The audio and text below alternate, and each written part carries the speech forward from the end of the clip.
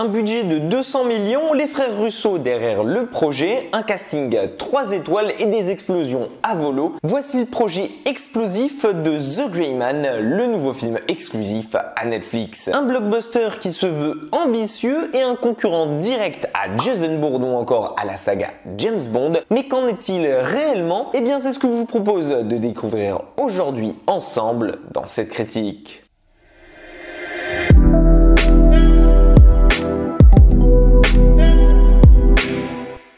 The Gray Man, vous allez suivre Ryan Gosling, alias 6, un ancien tôlard recruté par la CIA pour le programme Sierra. Il s'agit d'un programme top secret qui a pour but de reprendre des personnes douées, sans attache familiale et qui sont derrière les barreaux et de leur donner une nouvelle chance tout en signant un contrat à vie avec eux. En échange de quoi, ils obtiennent un semblant de liberté. Seulement voilà, lors d'une mission qui a mal tourné, 6 refuse d'obéir à un ordre qui vient d'au-dessus. Et il se voit dans l'obligation de trahir l'agence quand il se rend compte qu'il s'est fait doubler. En effet, la cible à abattre était un de ses confrères du programme Sierra, et maintenant qu'il en sait désormais trop aux yeux de l'agence, ils veulent à son tour l'éliminer. Et ils décident d'appeler un homme sans pitié, sans aucune vergogne, ni même sans jugement de valeur pour le traquer et l'éliminer. Et cet homme-là, c'est Chris Evans. Accompagné dans son périple par la talentueuse Ana de Armas, Six va devoir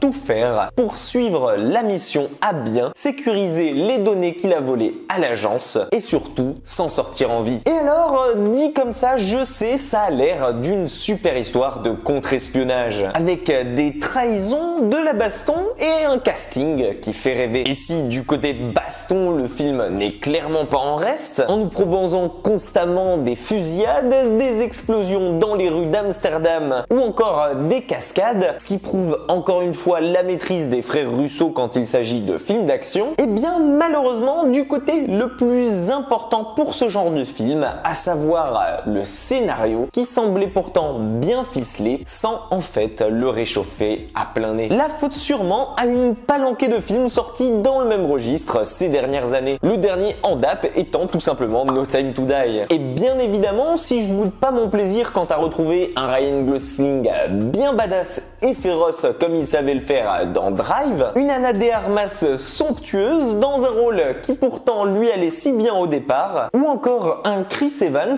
qui avait tout pour jouer le bon gros méchant de cette histoire, et bien malheureusement je suis désolé de vous annoncer que son scénario est tout téléphoné et que du coup ce casting aura du mal à se distinguer du reste. En effet, l'histoire de base n'est pas si extraordinaire que ça, une agence qui recrute des gens sans attache familiale pour leur capacité à tuer tout en leur offrant une nouvelle identité. Ça s'est déjà vu des centaines de fois auparavant et c'est clairement dommage parce qu'on sent que le film a beaucoup misé là-dessus. Et même si je sais que c'est pas trop la faute des scénaristes, vu qu'il s'agit à la base d'un livre qui est ici adapté, peut-être que Netflix aurait pu sauver ses 200 millions pour écrire sa propre histoire originale et se démarquer du lot. Alors vous me prenez pas, le film est quand même bon, il propose beaucoup d'action et on n'a pas vraiment le temps de s'ennuyer avec tout ce qui s'enchaîne à l'écran, et il faut reconnaître qu'il a une assez belle mise en scène et que pour le coup, si vous cherchez un film de baston et d'action sur lequel vous pouvez vous déconnecter après avoir passé une grosse semaine à travailler, eh bien c'est sûrement le film qu'il vous faut. Et je pense que dans ces configurations-là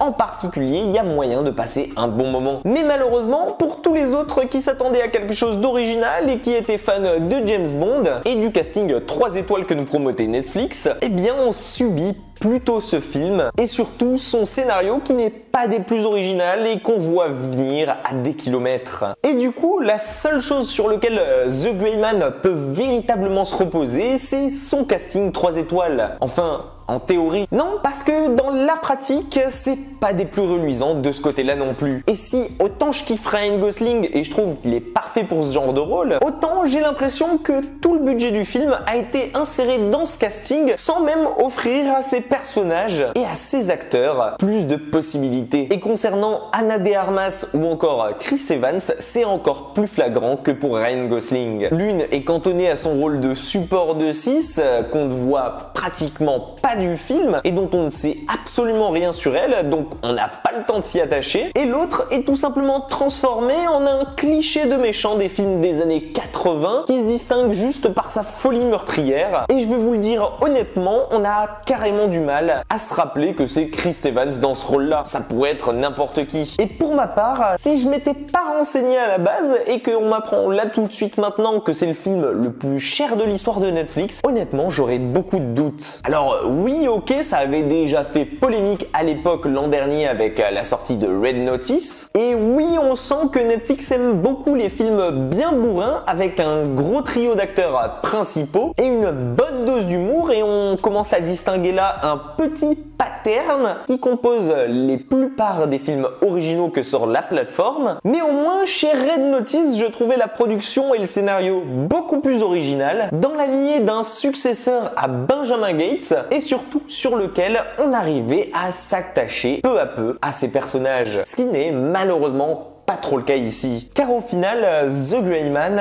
est pour moi un film qui reste tout à fait regardable, mais qui sera tout autant aussi oubliable et qui ne va laisser à ses spectateurs aucune envie particulière de se le remater. Bref, si vous vouliez de l'original et dispo sur Netflix, je vous conseille plutôt de filer voir l'excellent Tyler Rake. Et vous, qu'avez-vous pensé de The Gray Man? Est-ce qu'il est à la hauteur de vos attentes? Et surtout, d'après vous, est-ce que Netflix a bien fait de se débarrasser des studios d'animation et des films d'auteurs pour offrir plus leur chance à des gros films d'action bien bourrin comme The Gray Man? Je vous laisse en débattre dans les commentaires et j'attends avec impatience vos réponses là-dessus. En tout cas, si la vidéo vous a plu, pensez à liker cette vidéo et à la partager, à vous abonner à la chaîne, ce serait excellent et franchement ça me ferait très plaisir de votre part. Prenez soin de vous et quant à moi je vous dis à très vite dans une toute nouvelle critique.